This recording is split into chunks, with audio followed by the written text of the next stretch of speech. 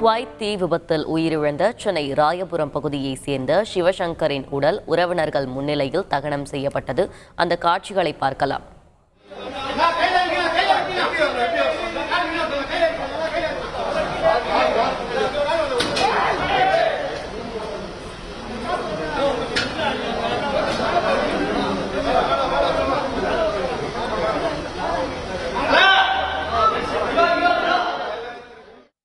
கூடுதல் தகவலை செய்தியாளர் சமயமணி வண்ணன் வழங்கிட கேட்கலாம். சமயமணி, வணக்கம். இது தொடர்பான கூடுதல் விவரங்களை பதிவு செய்யலாம். வணக்கம். தீ விபத்தில் உயிரிழந்த 7 தமிழர்களில் ஒருவரான சென்னை ராயபுரம் பகுதியைச் சேர்ந்த சிவசங்கரின் உடல் அவரது உறவினர்கள் முன்னிலையில் சென்னை காசிமேடு பகுதியில் உள்ள மின் மயானத்திலிருந்து தகனம் செய்யப்பட்டுள்ளது.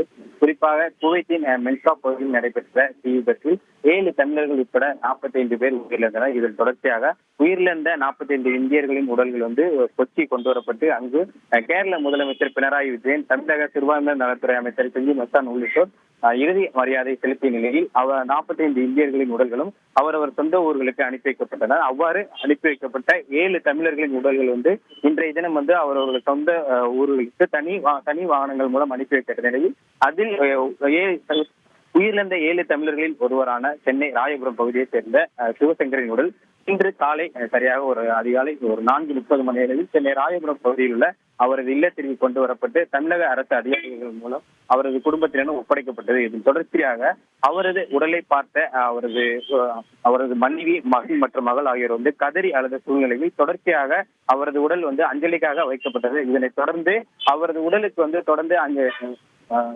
உயிரிழந்த சிவசங்கரின் உறவினர்களும் நண்பர்களும் தொடர்ந்து அஞ்சலி செலுத்திய நிலையில் தற்போது சென்னை காசிமேடு பகுதியில் உள்ள மின் மயானத்தில் அவரது உடல் தற்போது விவரங்களுக்கு நன்றி சமயமணி வண்ணன். செய்திகளை உடனுக்குடன் தெரிந்து கொள்ள உடனே சப்ஸ்கிரைப் பண்ணுங்க.